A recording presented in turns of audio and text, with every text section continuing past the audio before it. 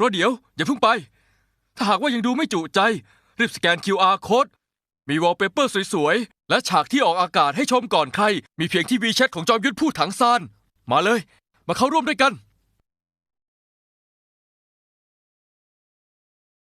Mendengar kata Aula Wuhun, aura Rana Pembunuh Tangsan seketika keluar, dan Tangsan meninggalkan rombongan dengan tujuan untuk membunuh Myles.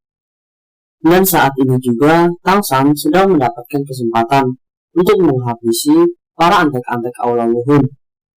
Dengan malam yang gelap dan terangnya rembulan, Tangsan mengintai gerak-gerik kelompok Aula Wuhun di atas gedung. Tidak berlangsung lama saat pengintaian, hawa dingin pun mulai datang dan menyelimuti malam-malam mereka, sehingga mereka menggigil ketakutan. Tanpa disadari, anggota mereka satu persatu tumbang. Kejadian itu membuat Myles dan yang lainnya merasa ketakutan, dan akhirnya mereka pun langsung mengeluarkan cincin rohnya dan mencari dalang siapa yang membunuh anggotanya. Sebelum mereka bertindak, lagi-lagi anggota dari mereka pun tumbang. Tangsan menghabisi mereka dengan menggunakan tulang kaki laba-labanya dan senjata crossbow miliknya. Dengan seiring bertambahnya korban, Myles dan yang lainnya kemudian membuat formasi pertahanan. Kemudian Tangsan mengungkapkan identitas dirinya dengan menunjukkan 6 cincin jiwa dan tulang jiwa laba-labanya. Setelah itu, Tangsan mengeluarkan kemampuan cincin keempatnya dengan diperkuat dengan merilis 2 domainnya sekaligus. Antek-antek Aula Wuhun yang memiliki level di bawah 40, dia tidak bisa menahan tusukan rumput perak yang dimiliki Tangsan. Banyak dari mereka yang tewas karena tertusuk oleh tulang jiwa laba-laba dan tidak kuat menahan serangan. Dari mereka kini tersisa hanya 3 orang. Ketiganya mengarahkan kemampuannya ke arah Tangsan, namun Tangsan tidak sedikit pun mundur. Setiap kali mereka menyerang Tangsan, mereka tidak bisa berbuat apa-apa karena Tangsan kali ini menggunakan kedua tulang jiwa milik Xiao, sehingga Tangsan bisa mengelaknya dengan mudah.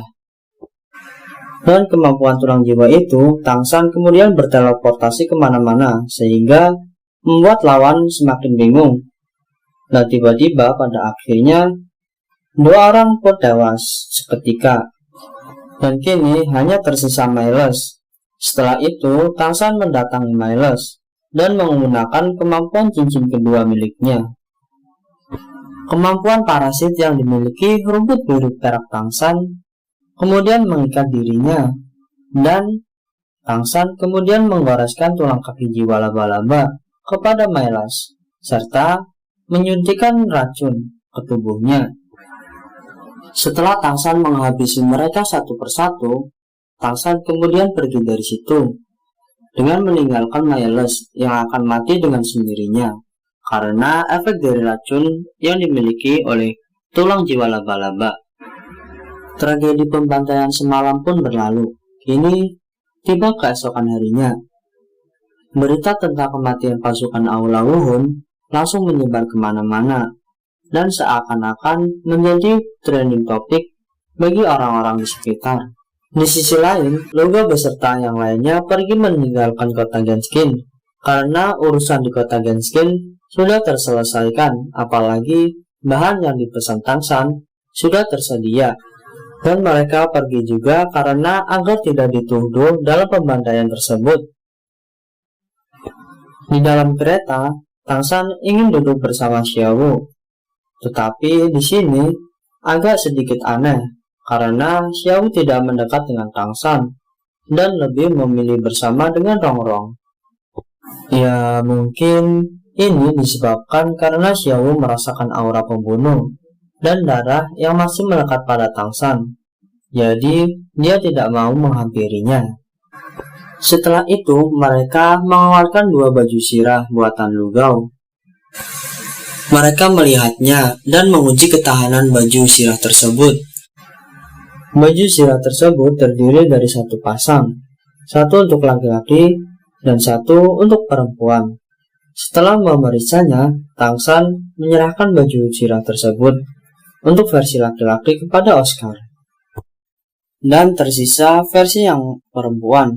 Di sini Tang San bingung kepada siapa ia akan menyerahkannya, karena Rongrong dan Xiaowu sama-sama membutuhkannya. Rongrong pun kemudian mengambil baju zirah tersebut dan berkata dia akan memakaikannya kepada Xiaowu kali ini. Dan baju untuknya, dia akan menunggu Lu Gao untuk membuatnya kembali. Usai perkataan tersebut, Lu Gao datang menemui Tang San. Dia meminta untuk membuat jarum per. Di sini Tang San mengatakan untuk penempaan bahannya cukuplah sulit, karena biji perak laut dalam tidak bisa ditempa Lu Gao maupun kakek Titan. Jadi Tang San akan memikirkan solusinya. Kemudian mereka pun akhirnya tiba di depan markas Sekte Tang. Mereka disambut oleh 3 ketua, yakni Niu Gao, Bai He, dan Yang Wudi. Saat tiba di markas Sekte Tang, Tang San bingung kenapa mereka tahu akan kedatangan dirinya. Kakek Bai He berkata kalau angkatan kecepatan telah disebarkan ke seluruh kota dan memantau keadaan, hingga mereka tahu akan kedatangan Tang San. Mereka kemudian masuk ke dalam markas Sekte Tang. Terlihat di sini Tang San sedikit takjub karena konstruksi yang dibangun oleh kakek Nigao sangatlah hebat dan banyak yang berubah. Ada senjata tersembunyi di balik bangunan tersebut. Sampailah di ruang pertemuan utama. Mereka kemudian mengambil tempat masing-masing. Sebelah kiri untuk para tetua dan sebelah kanan untuk tempat 7 Master Strike. Dan Tang San sendiri duduk di kursi utama. Tanpa istirahat, Tang San kemudian memulai rapat yang penting untuk Sekte Tang ke depannya. Dalam rapat tersebut, setelah itu, Tang San membagi tugas masing-masing. Tang San, Ma Hongjun, dan Xiaowu pergi ke Akademi Sek. Sampailah di akademi. Mereka kemudian masuk ke ruangan Flander dan bertukar informasi kepadanya.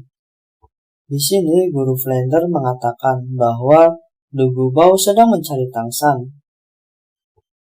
Mendengar Du Gubao sedang mencarinya, Tang San memikirkan hanya ada satu masalah, yakni masalah tentang racun pada Kaisar Xiuye. Dan benar saja, Du Gubao yang sedang menunggu Tang San langsung menemuinya dan berkata kalau Kaisar Xiuye sedang sekarat. Di sini Du Gubao bercerita tentang masalah yang ada di kekaisaran yang membuat Kaisar Xiuye sekarat.